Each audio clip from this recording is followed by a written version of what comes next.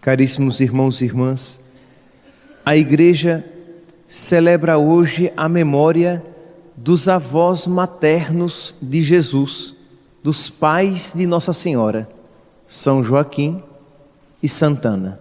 A Senhora Santana, como assim ela é chamada, conhecida aqui no Brasil.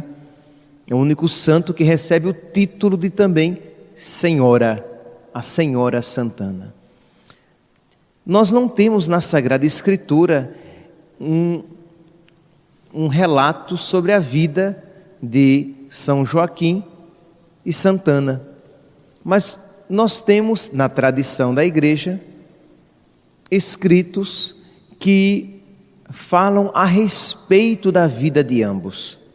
Temos até um evangelho apócrifo, o proto-evangelho de Tiago, que, é claro, não é reconhecido como livro inspirado, mas a Igreja sempre considerou que existem alguns fatos históricos ali presentes, mesmo que aquele livro não seja um livro inspirado, não faça parte dos livros da Sagrada Escritura.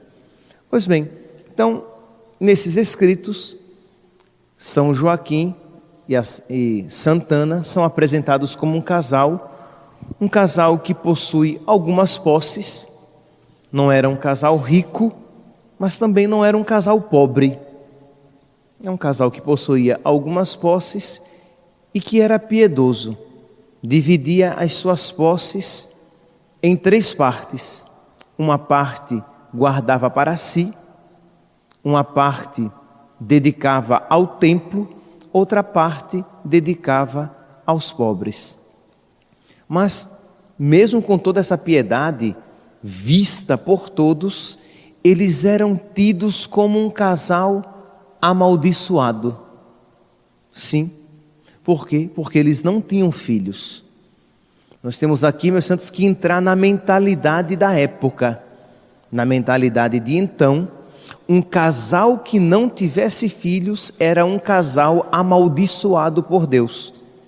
Era um casal para o qual Deus não olhava com agrado. Era um casal que não desfrutava das bênçãos do Altíssimo. Então aqui vocês podem imaginar tanto a dor, porque eles queriam filhos. Então tanto a dor de não ter filhos, como a dor de saber que todas as vezes que eles iam ao templo ou à sinagoga, todos olhavam para eles como que, olha, aquele casal que Deus não abençoou. Eles não são queridos por Deus. Deus não ouve as orações deles. Então nós podemos aqui imaginar a dor que os pais da Virgem Maria carregaram no seu coração. E nós, quando hoje olhamos para eles, nós dizemos, não é que eles não eram abençoados, mas Deus tinha um plano para eles. Aqui, meus santos, é tão importante esta afirmação. E quando eu digo, Deus tinha um plano para eles, não conclua, porque você conhece a história, não conclua imediatamente. O plano de Deus era que eles tivessem uma filha que seria a criatura mais perfeita, a pessoa humana mais perfeita que já caminhou sobre a terra, a Virgem Maria, que traria o próprio Filho de Deus. Não. A primeira conclusão que nós devemos ter é, quando Deus põe sobre nós um fardo, quando Deus permite uma cruz, existe um significado espiritual para aquela realidade em nossa vida. A primeira conclusão é essa. Mesmo que você, diante daquela dificuldade, diante daquele fardo, diante daquela cruz, você se sinta um maldito, um não abençoado, você precisa na fé dizer, eu sou um escolhido. Deus me escolheu e é por isso que Ele me deu esta cruz. Deus me escolheu e é por isso que Ele colocou sobre mim este fardo. Deus me escolheu e é por isso que Ele permite este sofrimento na minha vida, independentemente do resultado. Você não sabe ainda qual é o significado, qual é o resultado daquela cruz, mas você, porque confia na bondade e no amor de Deus manifestados em Jesus Cristo, você diz: nele eu posso confiar, nele eu ponho a minha confiança. Deus amou tanto o mundo que nos deu o seu Filho. Ora, eu não posso duvidar do amor de Deus. Então, eu sou um escolhido, eu sou uma escolhida, eu sou um abençoado, eu sou uma abençoada, eu sou agraciado, eu sou agraciada. Meus santos, cada um aqui, no silêncio do seu coração, pode e deve, em silêncio, repetir esta palavra: eu sou um abençoado, eu sou uma escolhida. Independentemente, meu santo, minha santa, da sua cruz e do resultado dela. No caso aqui do casal São Joaquim e Santa Ana, a bênção de Deus se manifestou enviando um filho, enviando a Virgem Maria. No nosso caso, Deus enviará sempre a bênção, mas nem sempre da maneira esperada, mas sempre da melhor maneira para nós. Aqui, meus santos, repito, nós precisamos nos exercitar na fé. O que Deus me dá. Ontem, no dia de São Tiago, nós refletíamos rapidamente sobre este ponto, de que Deus sempre ouve as nossas preces, mesmo que nem sempre nos dê exatamente o que pedimos, mas Deus sempre ouve as nossas preces. A mãe de Tiago e de João pediu uma coisa, Jesus Cristo deu algo muito maior. Ela suplicou uma graça segundo os seus parâmetros. Jesus concedeu uma graça, o Pai concedeu uma graça segundo o seu coração, uma graça muito maior. Então aqui, meus santos, é crescer nessa confiança em Deus e dizer: Deus cuida de mim, Deus está cuidando da minha vida, Deus está vendo as minhas dificuldades, os meus sofrimentos, as minhas provações, Deus está ouvindo as minhas súplicas e como melhor lhe aprouver, Ele me atenderá. Mas Ele me atenderá. Como melhor lhe aprouver, Ele voltará sobre mim os seus olhos. Mas Ele voltará sobre mim os seus olhos. Esta confiança que precisa ser exercitada e que não requer sentimento. Isto é, você não precisa sentir esta confiança. Você não precisa sentir coisa alguma ao dizer estas palavras, mas apenas movido pela fé, contemplando o amor de Deus em Jesus Cristo. Eu não posso duvidar de um Deus que me amou tanto assim, que me ama tanto assim. Pois bem, então voltemos aqui para São Joaquim e Santa Ana.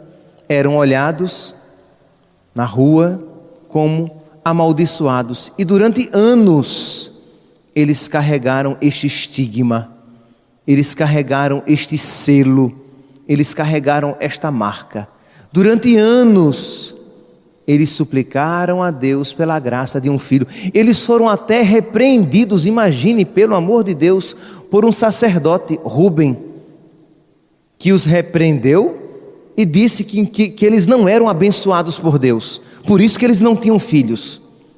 Imagine aqui a humilhação, não era apenas o olhar meio estranho das pessoas na rua, o olhar dos familiares, mas a repreensão pública de um sacerdote.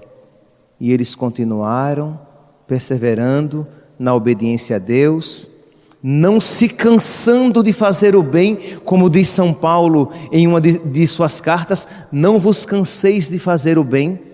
Perseveraram fazendo o bem, tendo vida de oração, ajudando os pobres, ajudando o templo, mesmo que repreendido e humilhado por aquele sacerdote. Mas aquela repreensão foi tão dolorosa no coração de São Joaquim e Santana, que eles se colocaram ainda mais em oração. Diz a tradição que São Joaquim foi para o deserto, como que fazer um retiro de encontro com Deus, porque a dor lhe era muito grande. E diz então que Deus lhe venha ao encontro e diz: tu terás um filho, volta e comunica isso à tua esposa.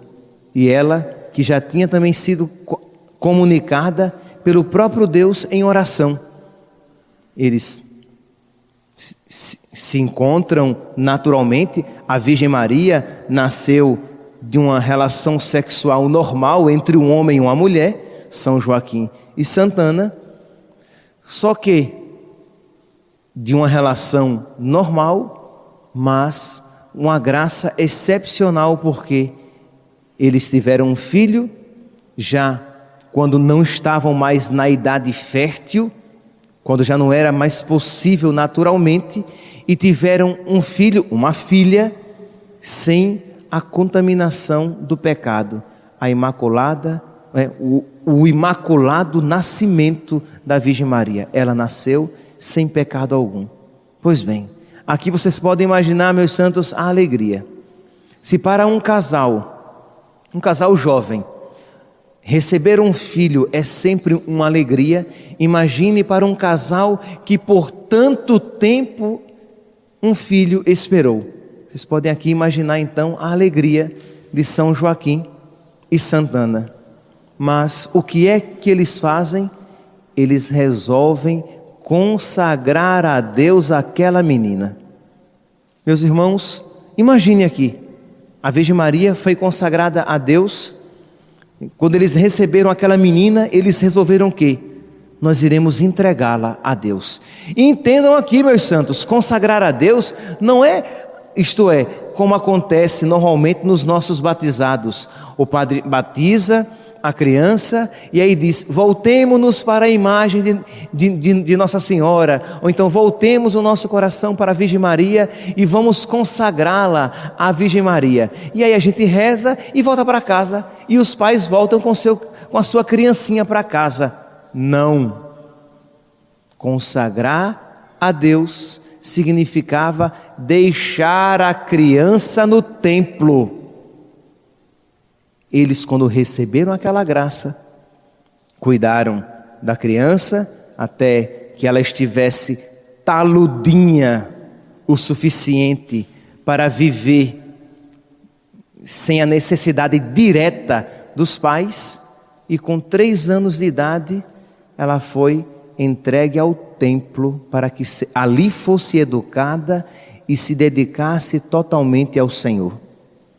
Meus irmãos, se nós não tivermos fé, nós não iremos compreender esse gesto. Eu fico aqui imaginando qualquer mãe, quando pensa na possibilidade. Imagine se uma mãe chora quando o filho entra no seminário, e o filho entra no seminário com 18, 19 anos. Se uma mãe chora quando a filha entra na vida religiosa, mas a menina já entra com 18, 19 anos. Mas deixar uma criança de 3 anos de idade, quando as boquinhas e carinhas são tão bonitinhas, não dá vontade de soltar. E você entrega a Deus, porque a Deus a gente dá o melhor que tem.